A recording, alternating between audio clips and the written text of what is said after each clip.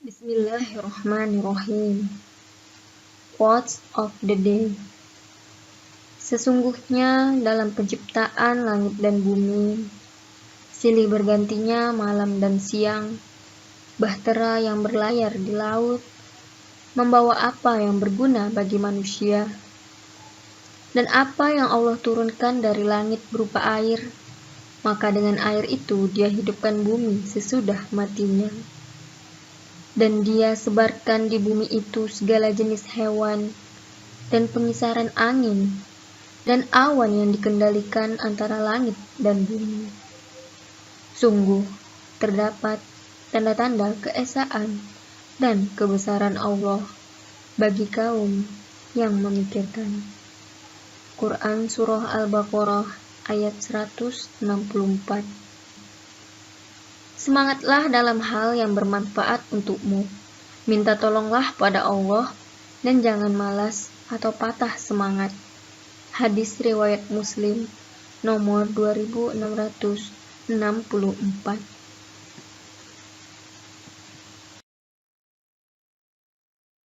Assalamualaikum warahmatullahi wabarakatuh. Apa kabar anak-anak Indonesia? Masih tetap semangat kan belajarnya?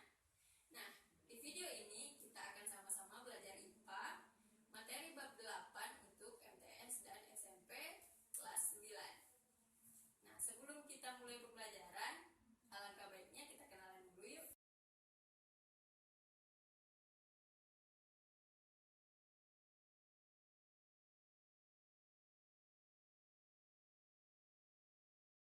Ini yaitu partikel penyusun benda dan makhluk hidup. Apa sih partikel itu? Kalian tentunya pasti sangat asing mendengar kata partikel. Yuk kita simak di slide berikutnya.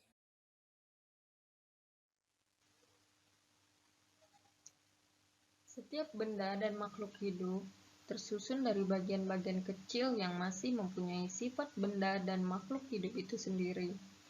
Bagian kecil ini yang disebut partikel. Partikel tidak dapat dilihat dengan mata telanjang, perlu bantuan alat yang disebut mikroskop.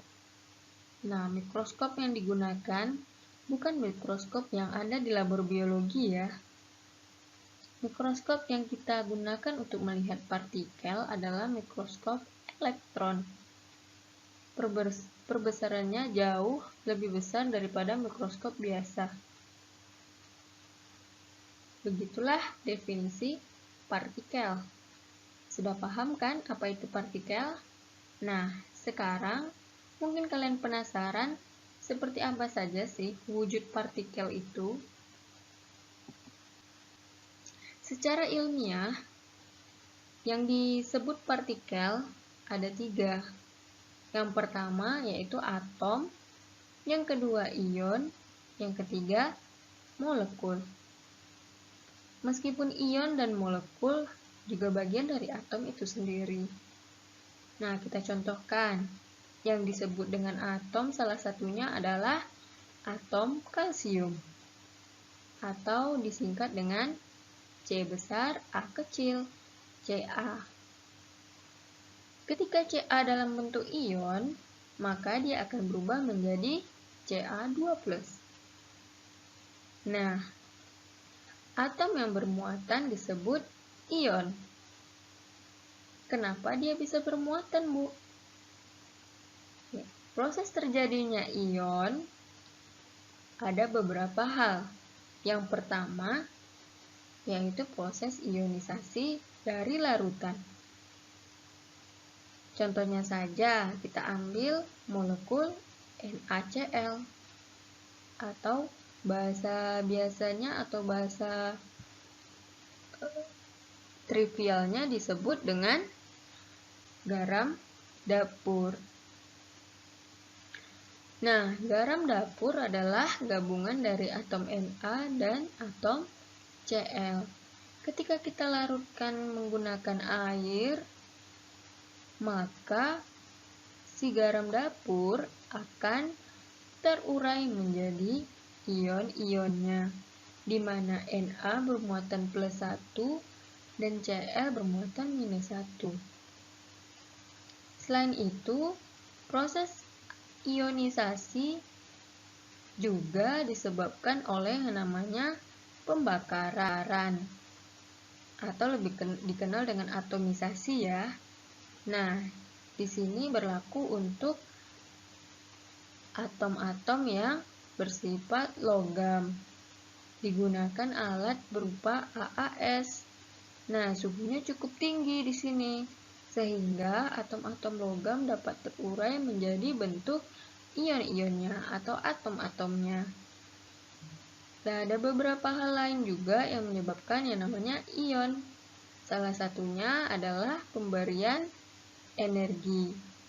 Nanti kalian akan pelajari lebih lengkap apa saja proses yang bisa menyebabkan atom berubah menjadi ion. Nah, yang berikutnya adalah molekul. Molekul juga bagian dari atom itu sendiri ya. Ketika atom berikatan dengan atom lain, baik itu sesama jenis atau atom yang berbeda, disebut dengan molekul. Di sini Ibu masih ambil contohnya juga Ca. Ketika Ca bertemu dengan Cl, maka akan membentuk yang namanya molekul CaCl2, kalsium diklorida. Nah, sampai di sini apakah kamu paham?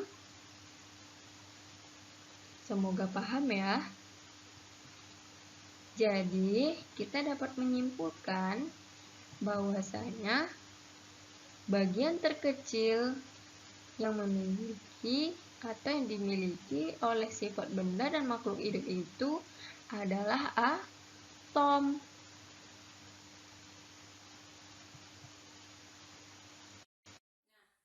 Untuk seputar partikel penyusun benda dan makhluk hidup kita selesaikan sampai di sini dan akan berlanjut di video pembelajaran berikutnya.